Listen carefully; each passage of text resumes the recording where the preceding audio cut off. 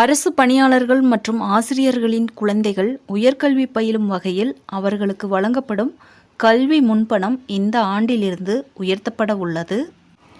தமிழக அரசு பணியாளர்களின் குழந்தைகள் உயர்கல்வியில் சேருவதற்கான முன்பணத்தை அரசு வழங்கி வருகின்றது. அதில் தொழிற்கல்வியில் சேர 50,000 ரூபாயும், கலை மற்றும் அறிவியல் கல்லூரிகள், பாலிடெக்னிக் நிறுவனங்களில் சேர ரூபாய் 25,000 என கல்வி முன்பணம் இதுவரை வழங்கப்பட்டு வந்தது.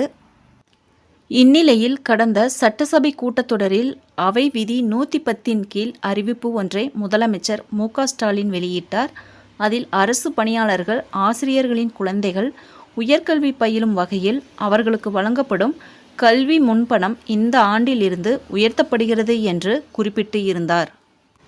அந்த வகையில் இந்த ஆண்டு முதல் தொழிற்கல்வியில் சேர ரூபாய் 1,00,000மும், கலை மற்றும் அறிவியல் கல்லூரிகள், பாலிடெக்னிக் நிறுவனங்களில் சேர ரூபாய் 50,000 என கல்வி முன்பணம் உயர்த்தி வழங்கப்படும் என்று குறிப்பிட்டுள்ளார்.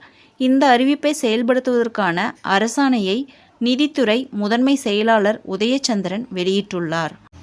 நண்பர்களே, தமிழக அரசு செய்திகளை உடனுக்குடன் தெரிந்து கொள்ள என்னுடைய ஜெனிடா சர்ச் சேனலை சப்ஸ்கிரைப் பண்ணுங்கள். நன்றி, வணக்கம்.